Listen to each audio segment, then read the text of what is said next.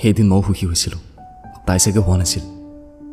তাই চাগে বাধ্যত পৰিয়ে ক'ব লগা হৈছিল আজি তোমাক পাই মই বহুত সুখী।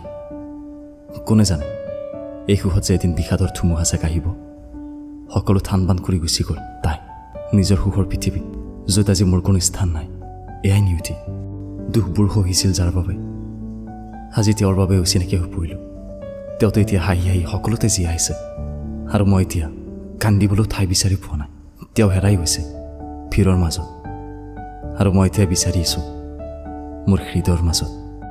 জীৱনটো আগবাঢ়ি যাবলৈ এজন জীৱনসংগীৰ প্ৰয়োজন, যিয়ে আপোনাৰ সকলো সুখ দুখৰ কথা বুজি পায়, যাৰ ওচৰত নেকি হৃদয়খন নিৰৱত্ব পায়, যিয়ে আপোনাৰ খং অভিমানৰ আঁৰৰ কথাবোৰ বুজি পায়,